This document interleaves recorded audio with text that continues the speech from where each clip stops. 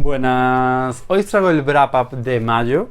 Mayo fue un mes raro porque aunque a todos o gran mayoría de las personas le pasó que tuvieron como una especie de bloqueo en marzo y abril por este tema del coronavirus y tal, yo no, yo leí en abril y marzo muchísimo, creo que en marzo fueron 10 libros y en abril 8, pero claro, en mayo me dio el tracatrá y acostumbrado a lo que yo hacía, que era pues eso, 10, 8, 7, 6, leí solo 4 libros y un cómic. Tuve como muchos días como de que no tenía ganas de leer, ¿no? El caso es que hubo libros muy buenos entre estos 4 y el cómic y voy a hablar de ello. El primer libro es uno de los libros más buenos que he leído este año y va a ser uno de los mejores libros de fin de año, o sea, seguro, seguro, seguro.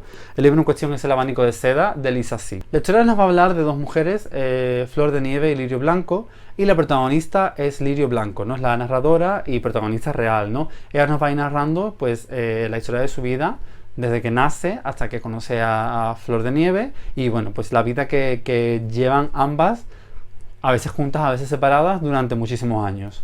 Una de las cosas más interesantes de la novela, creo yo, es cómo te muestra todo el tema de las tradiciones, ¿no? Porque la novela está basada más o menos en, yo diría que en un 2 siglos, 1 siglo y medio atrás, y te va contando un poco cómo las mujeres seguían siendo sometidas a tradiciones brutales, barbaridades enormes, como el tema del venado de los pies, que no sé si sabéis que en China a lo largo de los siglos se ha considerado que una mujer bella tiene que ser también como incluso endeble, ¿no? Como incluso muy vulnerable, ¿no?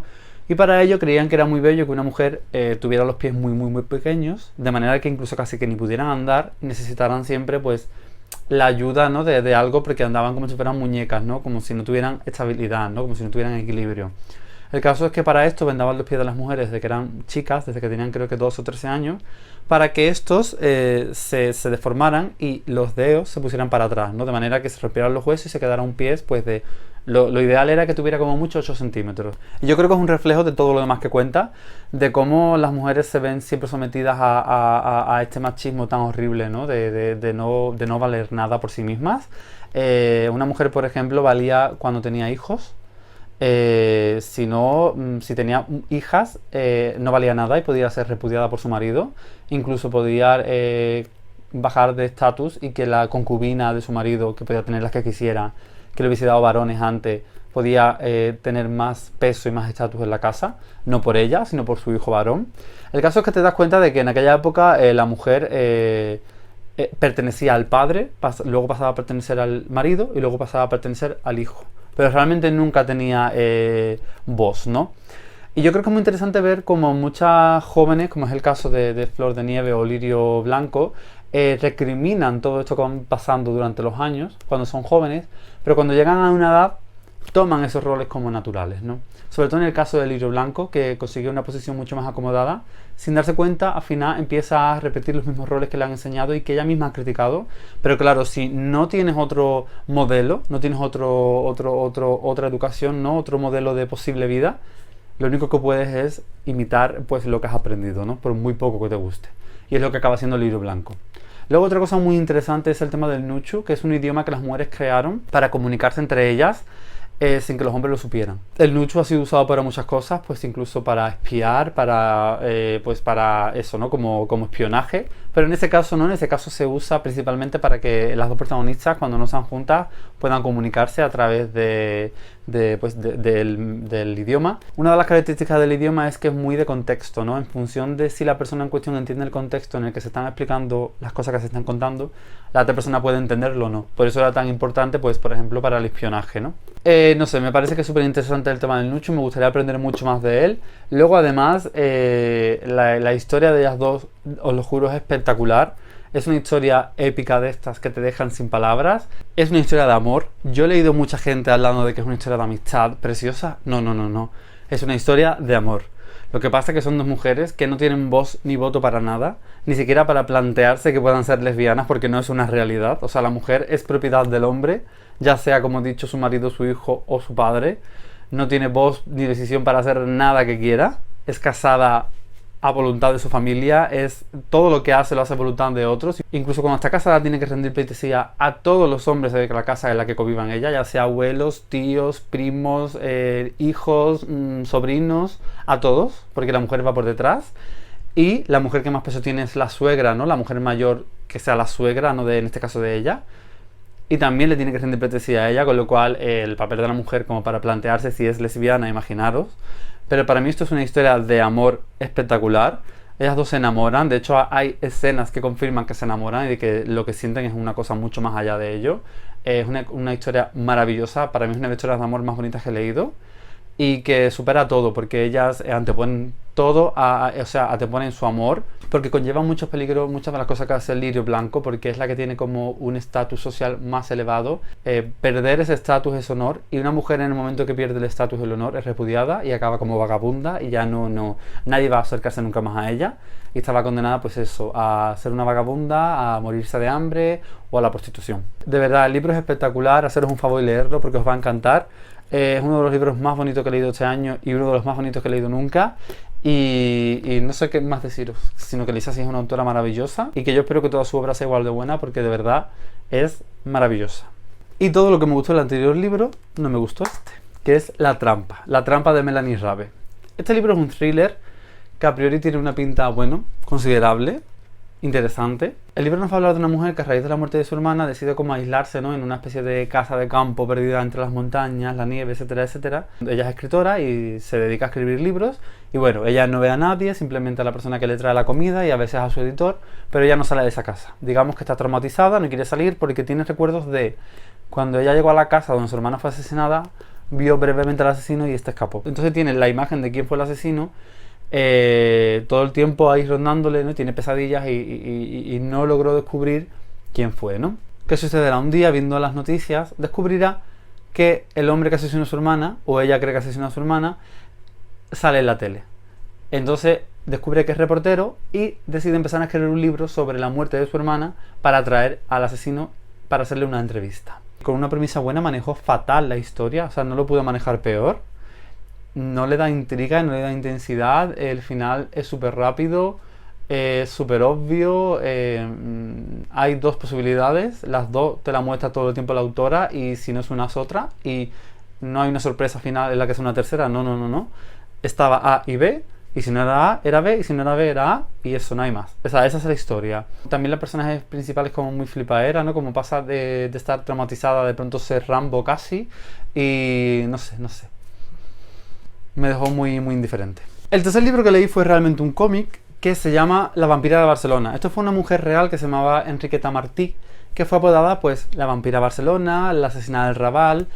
Y el caso en cuestión es que esta mujer presuntamente se dedicaba a secuestrar niños y luego pues la leyenda dice que los mataba, los asesinaba, se los comía, bebía su sangre, en fin. Hay como muchas habladurías, ¿no?, alrededor de todo esto. El caso es que el cómic está bastante bien porque el dibujo es muy guay y Enriqueta da como mucho miedo.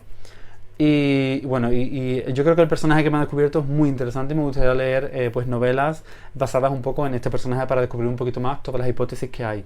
Porque estaba leyendo por encima y hay hipótesis que dicen que en efecto ella era una asesina en serie, que estaba loca, que mataba niños y disfrutaba con ellos y se los comía, etcétera, etcétera. También estaba la hipótesis de que ella era inocente y simplemente le colgaron el muerto a ella.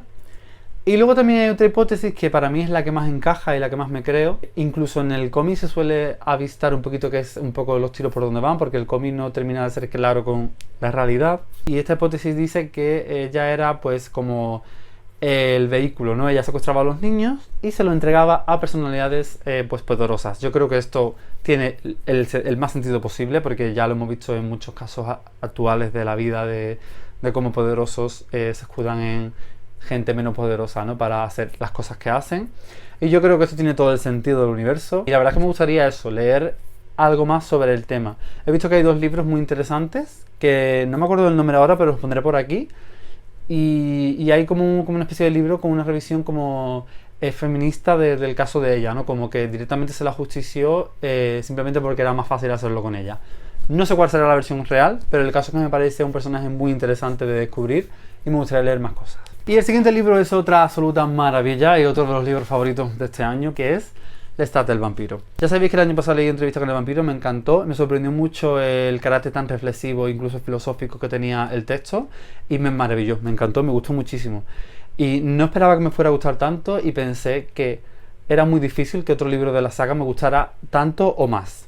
El caso es que cuando dije que quería leer Lestat el vampiro, todo el mundo me dijo que era el mejor, que me iba a gustar incluso más que Entrevista con el vampiro.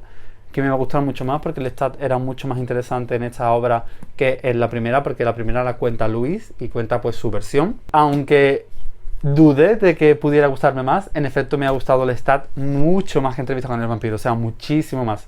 Y ya creo que Entrevista con el vampiro era un 5 estrellas, evidentemente a este le he puesto otras 5 estrellas, pero, o sea, es que no creí que fuera posible que me fuera a gustar mucho más que Entrevista con el vampiro, y así ha sido. En este libro vamos a encontrarnos con Lestat justo antes de ser convertido, y nos vamos a encontrar con otros personajes súper interesantes como pueden ser Magnus, su creador, Gabriel, su madre, Nicolás, que fue su primer amor, Armand, que aparecerá otra vez en este libro y nos hablará un poquito de la relación que les unía antes que conocieran a Luis, porque yo no sabía que Armand y Lestat tenían tanta unión, y lo he descubierto en este libro y me parece súper guay la historia de ellos dos.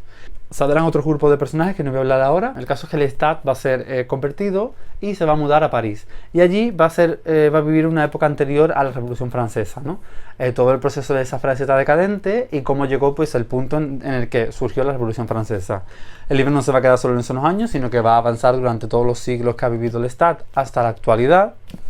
La actualidad de ese momento, claro, que creo que era los 90, si no me equivoco. Y por supuesto llegará el punto en el que Lestat una historia con Entrevista del vampiro y veamos, digamos, la sucesión de hechos que cuenta Luis en Entrevista con el vampiro, pues aquí la veremos desde el punto de vista de Lestat. Veremos qué cosas ha dicho Luis que no eran verdad o qué cosas según Lestat eran diferentes, ¿no? No sé, me ha encantado, me ha gustado muchísimo. Me han gustado mucho también que vemos diferentes civilizaciones. Vemos la antigua Roma, la Grecia, el antiguo Egipto, la Francia actual. También acaba en Nueva Orleans, no sé, una mezcla de civilizaciones, de culturas, de países. Espectacular, o sea, la ambientación del Lestat es una maravilla. La evolución de los personajes, la trama. También destacan muchos personajes nuevos, como he mencionado antes a Gabriel, pero también destacan Marius y Akacha, que son dos personajes súper importantes para la trama. Imagino que no solo de este libro, sino de los siguientes libros, y no voy a decir nada más, pero son personajes súper guay que me han encantado, que tienen un algo súper interesante. Me ha gustado mucho más Lestat el vampiro que Entrevista con el vampiro, porque aunque mantiene esa parte reflexiva que tenía Entrevista con el vampiro, como casi de carácter filosófico, ¿no? En esta mezcla con aventuras, ¿no? Ya no es solo me siento, me compadezco, qué desgraciado soy, como era Luis, y pienso, reflexiono sobre el ser humano y la inmortalidad, etcétera, etcétera, sino que aquí, aunque está esa parte también, cosa que enriquece mucho el texto, también está la parte de aventuras, ¿no? Una parte más emocionante, tensa, con suspense, con incluso terror. No sé, me ha parecido una maravilla, una joya, y que quien diga que la literatura que se vuelve exitosa y por ello comercial es literatura menor, no tiene ni idea de lo que habla, porque esto es una maravilla y es una joya. Y el quinto y último libro o última lectura que hice en mayo fue El Dios de las Pequeñas Cosas, de Arundhati Roy. Arundhati Roy es una autora que a mí me llamaba mucho, y este libro en especial, y la verdad es que me gustó un montón. Si bien es cierto que es un libro raro, porque la forma de contar la historia va todo el tiempo delante atrás, delante atrás, delante atrás, y siempre se acerca un poco a un suceso de gran importancia, pero nunca llega, ¿no? Como que siempre lo roza, pero nunca llega. Y entonces yo creo que esa forma puede provocar un poco de incomodidad, de pesadez, o incluso de no entender qué estás leyendo. A mí me costó entrar en la historia, debo admitir, pero una vez que entré ya solo hice disfrutar, o en este caso sufrir, porque se sufre mucho, porque es una historia que yo siempre había leído que era muy bonita, pero no me había leído que era tan dura. O sea, la historia es muy dura, y lo que destaca la historia es que es dura, cruda, la mayoría de sus personajes son desagradables, sufres mucha impotencia leyéndola porque te dan pena muchos de los personajes que sufren injusticia y no se puede hacer nada al respecto, y es una novela que te crea pues una angustia. Así, a mí me dejó un pozo muy triste al acabarla, y me pareció pues eso, una cosa muy triste, muy triste. El libro nos va a hablar de esta y de Rael, que son dos hermanos gemelos. La chica es Rael y el chico es esta. El caso es que Rael y esta se tendrán que separar, y cada uno se quedará con uno de sus padres a causa de una cosa que ocurre. La historia empezará cuando ella, creo que 25, 20 y tantos años después, vuelve al sitio y se reencuentra con su hermano. Y ahí empezaremos a conocer un poquito a poco la historia. No quiero deciros nada de la trama porque quiero que la veáis por vosotros mismos, pero es un libro muy duro, que tiene algunas de las escenas, algunos de los capítulos más incómodos que yo he leído. Hay un capítulo en especial que no voy a olvidar nunca, de lo incómodo que me resultó leerlo, y de lo realista que estaba narrado, y a la vez de lo crudo, ¿no?, que era, no sé, estaba narrado de una manera tan te cuento esto y ya está, y esto es lo que ha pasado y tú lo ves y punto, pero realmente, aunque te incomodaba, era realista, ¿no?, en cómo lo contaba. Y no sé, a mí me gustó mucho, creo que es una autora que hay que leer, es un libro que hay que leer, pero que no creo que es un libro fácil de leer, ¿no? Creo que es un libro que por su forma de contarlo y por lo que cuenta es un libro complejo. Y nada, hasta aquí el wrap up de mayo, ya poquito a poco me estoy poniendo al día con los wrap up, tengo muchas ganas de llegar al actual. Y nada, espero que os haya gustado, espero no estar muy brillante de tanto sudor porque hace mucha calor, os lo juro que hace mucha calor. Que si habéis leído alguno de estos libros me lo contéis y así intercambiamos impresiones. Y que nada, que como veis fue un mes justito, pero en gran medida muy bueno. Y que eso, que gracias por suscribiros, gracias por vuestros comentarios, gracias por verme siempre y hasta el próximo vídeo.